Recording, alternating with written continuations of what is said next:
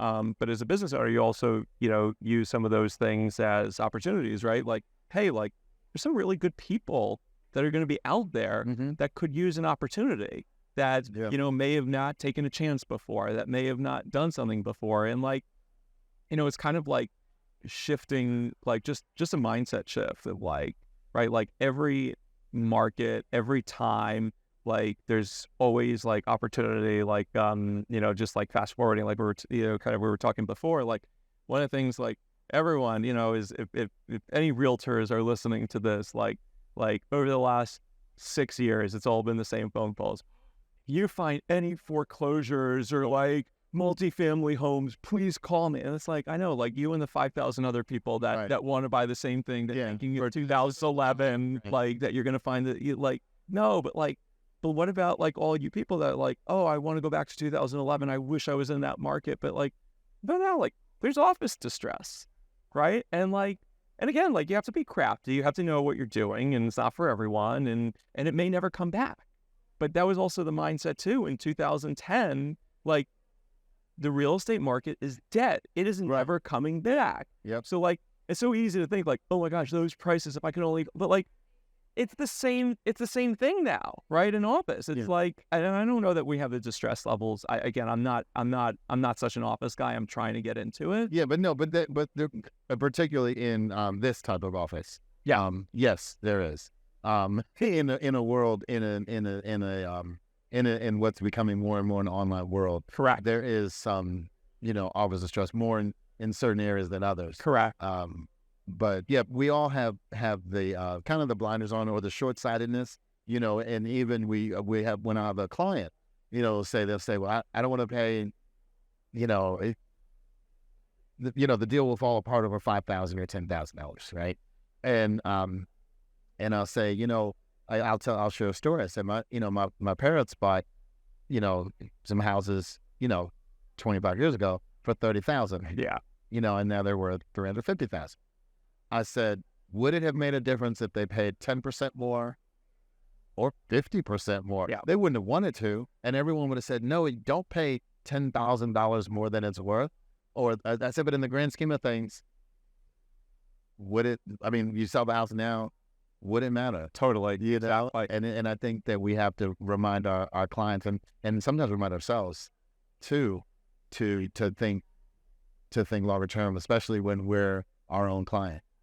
And I know that, and I don't know if you've experienced that, but when I'm the buyer, I'm unreasonable, and when I'm the seller, of course, I'm unreasonable too. Or it's like, damn it, I'm the worst client. Yeah. I don't know if you have.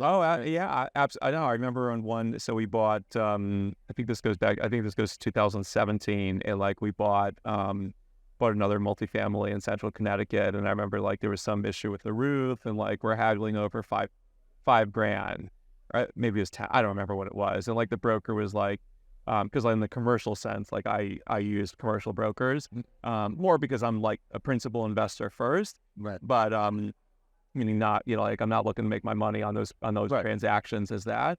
And he's like, oh, I'll chip in half, and I'm like, no way, like you deserve to get paid. Like I'm like not, taking that away. But like, yeah, like we bought, like it was, again, at the time it was like, I think we bought it for $410,000, sold it somewhere in COVID, I think in 21 for like six and a quarter, six and change, whatever. But that 5,000 didn't hurt. 5,000. It would have hurt more if you'd have got to keep the 5,000, but not bought the property. Exactly. You'd still have the 5,000. Still have the 5,000. Right. And that, what? It's funny. Probably there's the one biggest regret that I've had. Well, two. The biggest regret I've had throughout this whole time is just not going bigger, right? Like that building that I bought for $410,000, I should have bought for $4.1 million and sold it for, 6 point, whatever it is. Like that is definitely a mistake. And the one that I've made throughout the process. The second biggest mistake was like being like, oh, like I don't want a 7.5% return, or I don't want a 9% return. I want to make sure it's a double-digit return. And it's like, but like the question is like, do the numbers work? Does it get you the experience, right? Mm-hmm. Like, does it get you, like, is it getting you what you want to that next point? And like, and you'll figure out, like, that's what business owners do, right? You're a business owner, like, we just figure out, like, okay, like, yeah, I bought it a little less return than I wanted, but like, it makes sense. I'm cash flowing. Like, of course, who doesn't want more money? Like, Right. and like, it's like the buyers that I see, like, have made the biggest mistake in the process with me have been the buyers where it's like, they could afford their mortgage. They weren't moving in 2-3 years where it's like, oh my gosh, if we buy this, are we overpaying a little bit? Right. Are we overpaying? I can't sell. Right? It's like, these buyers, these are long-term buyers that are moving to a community. Right. With the family, they want to be the schools for the kids. Like, this is a long-term vision they had. Yeah. But they're haggling. And it's like, oh, like, there's $1,000 of rotted wood on the outside. Like, we need the sellers to do that. And it's like, but like we said, we're not going to like argue about, right? Remember, like, you're not buying new construction. I promise there's always work that needs to get done. Like, that's what real estate is.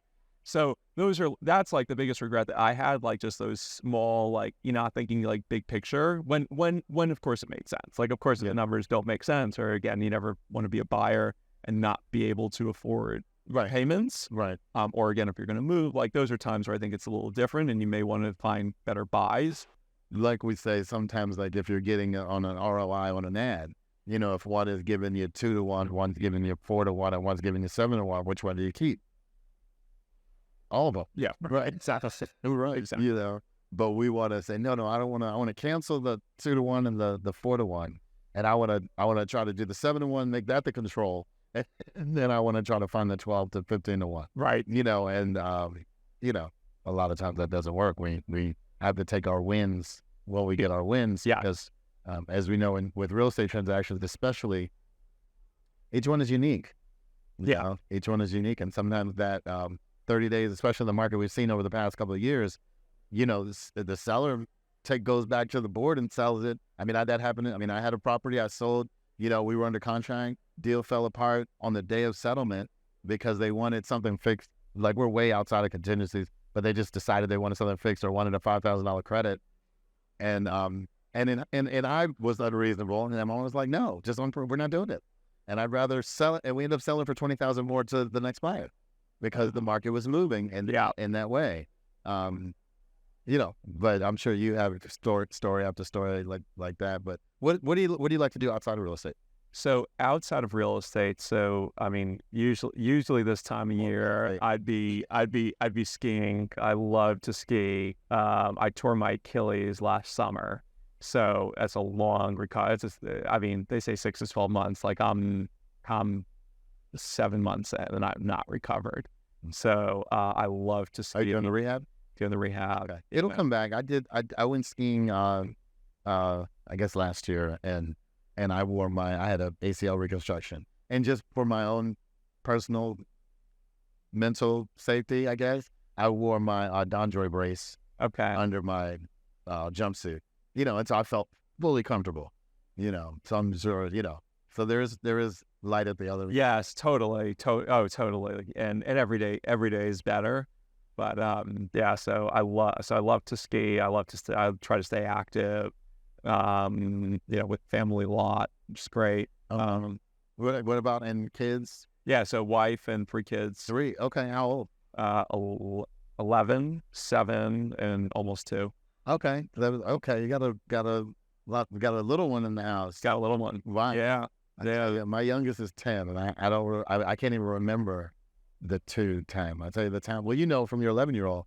That time goes very quickly. Yeah, she's closer to being way closer to being out of the house than than newborn. I mean, it's just nuts. Like 7 years, right? She's out. Right. What do you So I mean, and tell a little bit about your why. Like, why do you because you went from CPA, financial, restaurateur, packaging company, flips, real estate broker. But what is the reason? What gets you excited in the morning? Why do you work so hard? Why do you stay the course? So I think it started as like building a lifestyle. I mean, I really enjoy having a certain lifestyle. I'd say many times I don't have a lifestyle. Like, I don't have a life, but like, I know I'm building that. Like, I know some people are looking into retirement. Like, I don't have, and it's not, I mean, I do work a lot of hours, but like, it's not like I'm part of this hustle culture. Well, you worked a lot of hours across the street too. I worked a lot of hours across the street. And probably the salary was the same.